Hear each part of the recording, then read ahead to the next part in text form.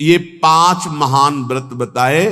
अहिंसा, सत्यमास्तेय, ब्रह्मचर्य, मकलकता, अर्थात मन वचन कर्म से किसी को कष्ट ना देना, सत्य बोलना, सत्य आचरण करना, कभी किसी की चोरी ना करना, ब्रह्मचर्य से रहना, निष्कपट भाव रखना, ये है 5 व्रत।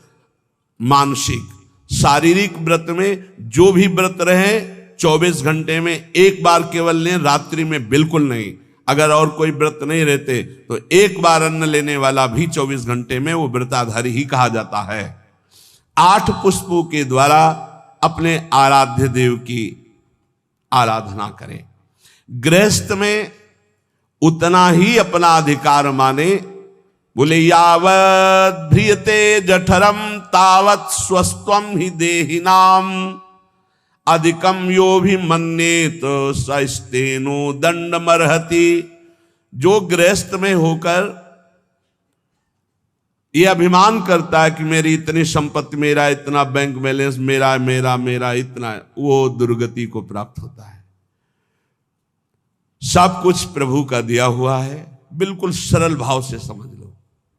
नाथ सकल संपदा तुम्हारी, मैं सेवक समेत सुत नारी। और जितना प्रसाद उदर में गया और जितने में शयन किया उतना ही, ये सब प्रभु की वस्तु है। जब जहां जैसे प्रभु चाहे वैसा प्रयोग करे। मैं तो सेवक हूं। यदि ऐसा नहीं मानता और अपने को मालिक समझता है तो बोले वो दंड का अधिकारी हो जाएगा, माया फंसाकर उसकी दुर्गति कर देगी।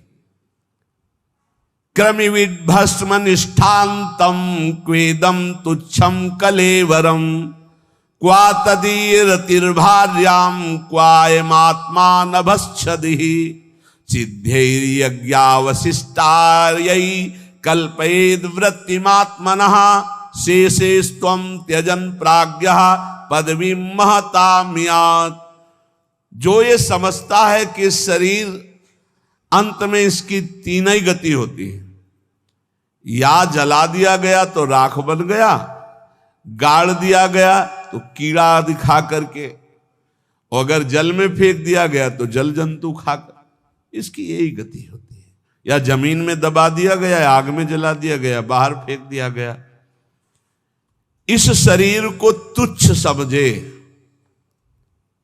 क्रमि विड भस्म निष्ठांतम क्वेदम तुच्छ कलेवर, ये बहुत तुच्छ कलेवर है। इस शरीर में आसक्ति करके चाहे गृहस्थ हो चाहे विरक्त, दुर्गति को ही प्राप्त होता है। फिर इस शरीर के संबंधी स्त्री पुत्र परिवार आदि, ये तो अपनी अंतरात्मा को भ्रम में डालने वाला बहुत बड़ा जाल है। एक वैसे ही जड़ चेतन की ग्रंथि, ऊपर से और ये ममता की ग्रंथि। गृहस्थ को चाहिए कि प्रारब्धवशात जो भी आपको प्राप्त हुआ है, धन संपत्ति आदि, वो प्रभु का है ऐसा माने। त्वदीयं वस्तु गोविंदम तुभ्यमेव समर्पये, और प्रसाद से अपना जीवन निर्वाह करे। उसे यज्ञ अवशिष्ट कहते हैं, भगवान को अर्पित करके। जो बुद्धिमान पुरुष शरीर पर अभिमान नहीं करता, वस्तुओं की प्रभु की मानता है और नाम जप करता है, तो इस शरीर को त्याग कर वो संतों के पद को प्राप्त होता है। कह रहे शेषेस्त्वं त्यजन प्राज्ञः पदवी महताम्यात्। जो संतों की गति होती है वही उस गृहस्थ की गति होती है। चाहे गृहस्थ हो चाहे विरक्त, उनको इन दोषों पर विजय प्राप्त करना ही होता है भगवत प्राप्ति के लिए। असंकल्पात् जयेत कामम क्रोधम काम विवर्जनात् अर्थानर्थे क्षया लोभम भयम तत्वामर्शनात्। काम पर यदि विजय प्राप्त करना है तो उपाय बता रहे हैं। असंकल्पात् जयेत कामम, काम का भोग का संकल्प न बनने पावे, बस तो आप बचा ले जाओगे अपने आप को। यदि मैं भोगूंगा ऐसा संकल्प बन गया तो आप नष्ट हो जाओगे। प्रायः काम की चतुरता कोई नहीं जान पा रहा है। बहुत ये अंदर का चिंतन किया हुआ विषय आपको परोस रहे हैं, अगर आप पा पाओ। काम मन में, अहम में जो ही आया तो पहले ये हमको लपेटता है। हम समझते हैं मुझे देखना है, मुझे छूना है, मुझे भोगना है। जहां ये आया बस आपका काम खत्म, अब वो अपना काम करवा लेगा। अगर आप दृष्टा बने रहे, इसके लपेट में ना आवे, तो आप जीत जाएंगे इसे कि दृष्टा एक काम आ गया मन में, एक काम अहंकार में आ गया, अहम में, नहीं नहीं मुझे नहीं भोगना, काम तू वहां है मेरे पे नहीं है, मैं तुझे देख रहा हूं, तू मेरे को नहीं देख सकता, मेरे को स्पर्श नहीं। हम भूल करके उसके लपेट में आ जाते हैं, तभी हम कामी कहलाए, तभी हम परास्त हो जाते हैं। असंकल्पात जयेत कामम, संकल्प ही मत बनने दीजिए। कब संकल्प बनता है? ध्यायतो विषयान पुंसा संगास्तेषु उपजायते। जब हम विषयों का चिंतन करते हैं, देखा सुना बोला बातचीत की, उसका चिंतन बना, तो ध्यायतो विषयान पुंसा संगास्तेषु उपजायते। अब उस भोग करने की संकल्प वृत्ति जागृत हो रही है। कब? जब उसका चिंतन किया, उसको देखा, उसका सुना, उसका मन। इतना समय क्यों दिया? ये गलती क्यों की? असंकल्पात जयत कामम। तुमने समय दिया, संकल्प बना दिया, अब तो तुम्हें भ्रष्ट होना ही पड़ेगा। अब तुम्हारे पास रह नहीं गया कुछ बचाने के लिए, ले जाएगा, नष्ट कर देगा, तुम तन्मय हो गए। काम से बचने का उपाय बता रहे हैं, ध्यान ना होने पावे, संकल्प ना बनने पावे। ध्यायतो विषयान पुंसान् संगास्तेषु उपजायते, संगात् संजायते कामा, कामात् क्रोधो विजायते। क्रम है, क्रोधात् भवति सम्मोहा, सम्मोहा स्मृति विभ्रमः, स्मृति भ्रंशात् बुद्धिनाशो। बुद्धि, ये श्लोक पढ़ने में देर लगा है, उसको ये सब करने में देर नहीं लगती। असंकल्प के द्वारा, मतलब संकल्प त्याग के द्वारा, भोग का संकल्प ही ना होने पावे तो आप काम विजयी हो सकते हैं। इसीलिए कहते हैं राधा राधा राधा राधा।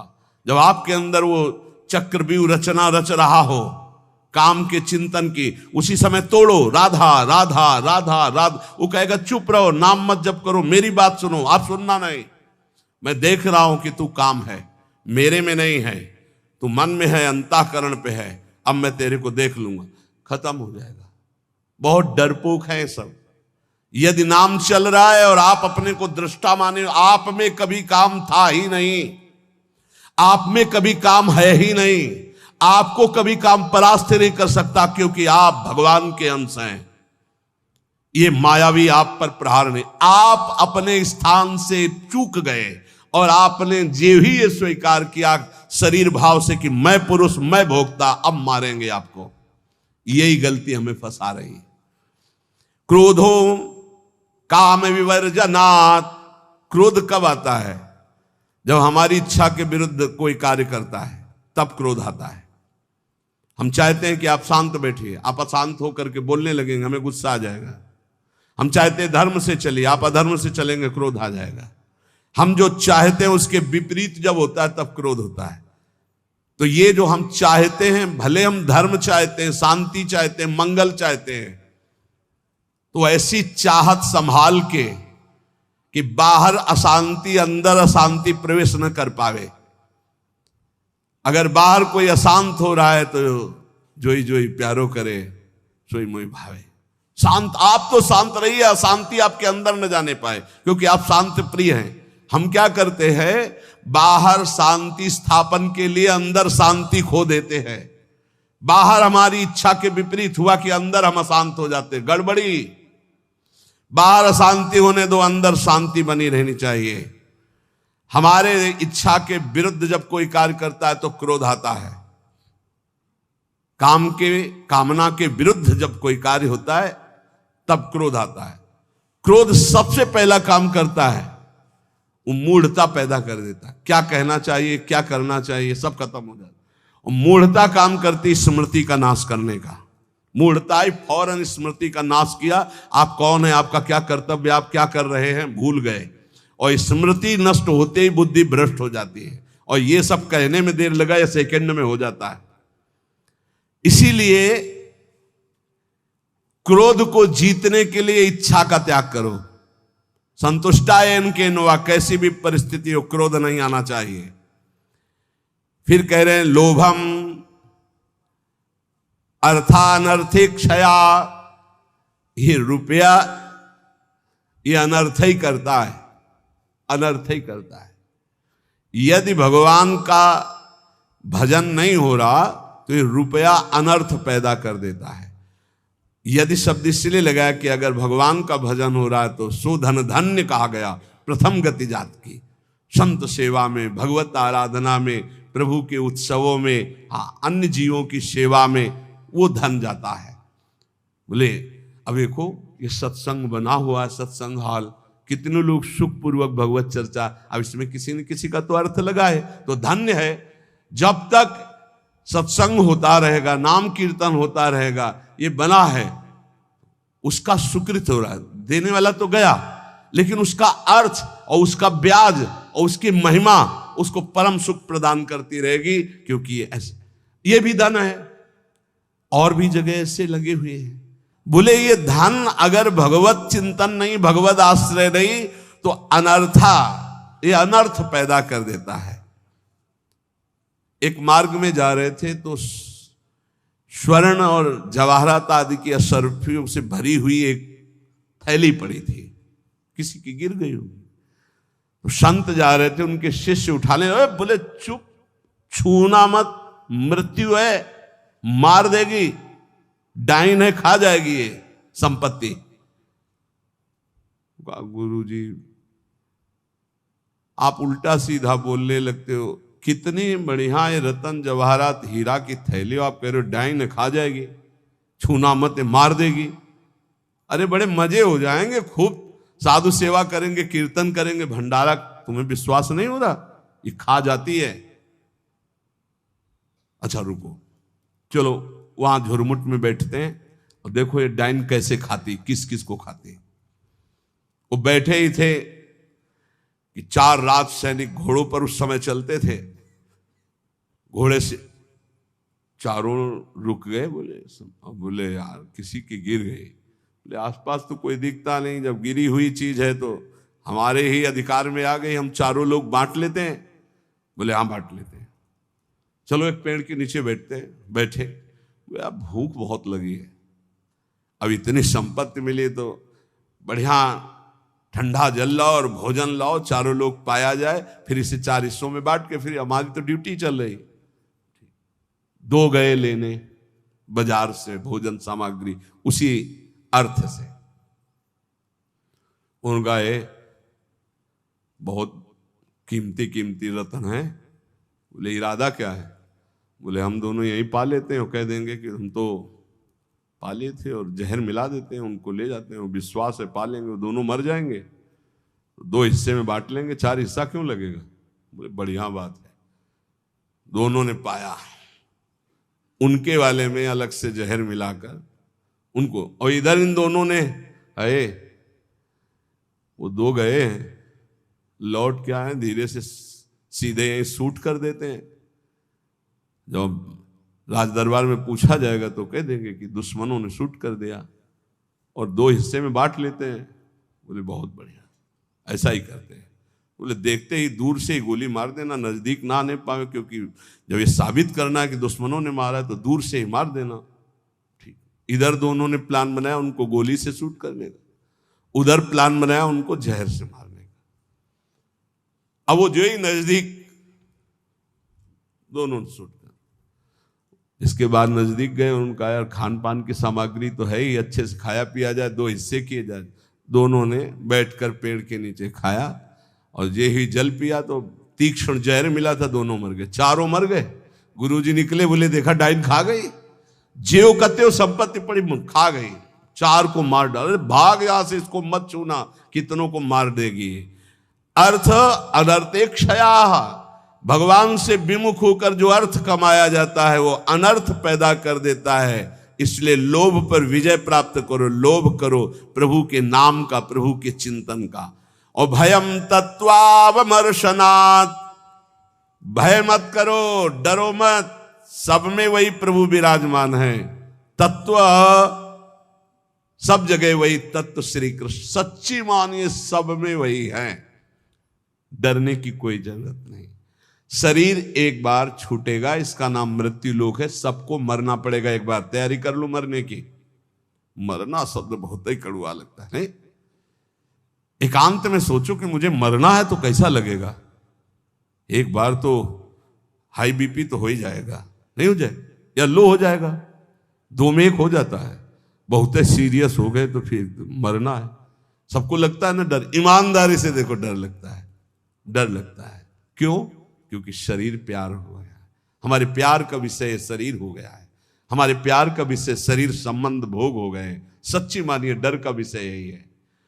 जैसे बहुत अच्छा कपड़ा नया रेशम का भी दिया जाए और कहा जाए आप ये उतार दो, तो उतारने में आपको देर लगेगी, एक सेकंड में फेंक दोगे, क्योंकि उससे कई गुना महंगा और पवित्र वस्त्र लाओ भाई हमसे। ऐसे ही आपको जब भगवत देह प्राप्त हो जाए, भाव देह, तो इस शरीर का त्याग ऐसे हो जाता है जैसे पुराने कपड़े का त्याग।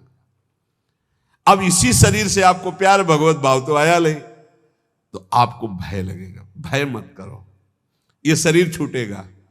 इसीलिए हम रोज आपको एक बार याद जरूर दिलाते हैं सत्संग में कि मरोगे। यहां के सत्संग का एक बार संजीवनी बूटी चम्मच में जैसे पवाई जाती है ना, तो हम तुम्हें वचन से श्रवणेंद्रिय में डालते हैं, मरोगे, सब मरोगे, एक दिन मरोगे। बोले सुबह सुबह रोज मरने की बात है बाबा जी कहता है। जानते हो क्यों करते हैं? क्योंकि तुम्हें कभी नहीं मरना है। राम मरे तो मैं मरूं, नहीं तुम मरे मेरी बलाए, और अविनाशी का बालका मरे न मारा जाए। बात समझ रहे हो? तुम कभी नहीं मरोगे, तुम अविनाशी हो, लेकिन तुम शीशा में नहीं देख पाओगे अपने आप को। शीशा वाला जो है देखने में आता है, वो मरेगा। समझ पा रहे हो? मरना बहुत ही खतरनाक लगे, और मरना सत्य है यहां, और आपका मरना नहीं है। कभी नहीं मर सकते, तुम अमर हो। साधना से अमर नहीं हो, तुम अविनाशी के बच्चा हो, तुम अविनाशी हो, तुम्हारा कभी नाश नहीं हो सकता। जहां ये बात आती देखो कितना अच्छा लगता है। नहीं नहीं, ये बहुत बढ़िया है कि एक लिमिट समय दिया है, 60 वर्ष, 70 वर्ष, 80 वर्ष, 100 वर्ष, इसके बाद आपका पुराना शरीर हटेगा, नया शरीर प्राप्त होगा। और अगर बीच में सौदा पक्का कर लो, माल इकट्ठा कर लो, तो भाव देह की प्राप्ति हो जाएगी, भगवत देह की प्राप्ति हो जाएगी, जहां कभी न बुढ़ापा है, न रोग है, न मृत्यु है, न शोक है। खूब नाम रूपी धन कमा करके श्री जी के सहचरी भाव या ये जो जितने भगवत भाव, कोई एक भाव का देह प्राप्त कर लो, झंझट खत्म हो जाए मरने जीने से। देखो जैसे इस संसार में 4 लोगों से मित्रता करके और सब आनंद में जीवन व्यतीत करते हो, कैसा लगता है? ऐसा लगता है यहीं से जाना ना पड़े। देखो बाबा जी भी बन गए तो ऐसा कभी किसी को नहीं जानते थे, अब ऐसा लगता है जिनको हम जान गए यही सब बने रहे, इनके बीच में हम रहे, और ऐसे भोग लगता रहे, वैसे आरती होती रहे, और ऐसे नाच गाना गाते रहे, वैसे गाते रहे, नाचो रहे। मरने वाला चक्कर नहीं होना चाहिए, ऐसा लगता है ना। और अगर यही हम प्रगट में श्री जी के समीप हमारे प्रिया प्रीतम विराजमान है, और हम भाव देह में हैं, और वहां मरना नहीं है, वहां 56 भोग लगना है लेकिन शुगर नहीं होना है, खूब पकवान पाना है लेकिन लीवर नहीं खराब होना है, खूब अच्छे अच्छे पदार्थ पाने हैं लेकिन ब्लड प्रेशर हाई लो नहीं होना है। कल एक भक्त बड़े भोले थे, उन्होंने कहा पकवान का भोग तो हम इसलिए श्री जी के नहीं लगाते कि मुहासे हो जाएंगे श्री जी के, और लालजू को फिर अच्छा नहीं लगेगा, इसलिए हम आंवला जरूर भोग लगाते श्री, हमें अच्छा लगा। चलो उनको मालूम नहीं है, पर भाव तो अच्छा है ना। सच्चिदानंद विग्रहाय सांद्रानंद प्रेम मूर्ति के, पर बहुत अच्छा लगा उसका भाव कि वो अपने भाव में तो डूब रहे हैं कि श्री जी को अगर मुहासे हो गए तो लाल जी को पसंद नहीं आएगा, ऐसा।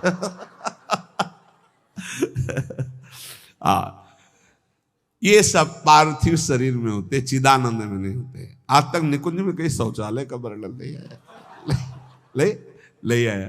क्यों? पदार्थ चिदानंद और देह चिदानंद।